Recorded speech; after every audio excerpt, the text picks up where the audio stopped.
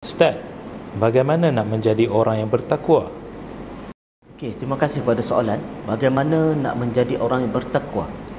Okey, kalau kita rujuk kembali kepada ayat di dalam Al-Quran, Allah ada berfirman di dalam surah yang kedua selepas surah Al-Fatihah, yakni surah Al-Baqarah, pada ayat yang kedua.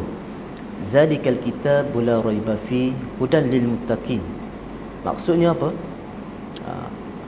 Kitab Al-Quran adalah menjadi panduan kepada orang-orang yang bertakwa.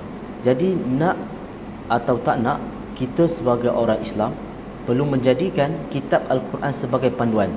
Jadi siapa yang ingin menjadi orang bertakwa perlu jadikan Al-Quran sebagai panduannya.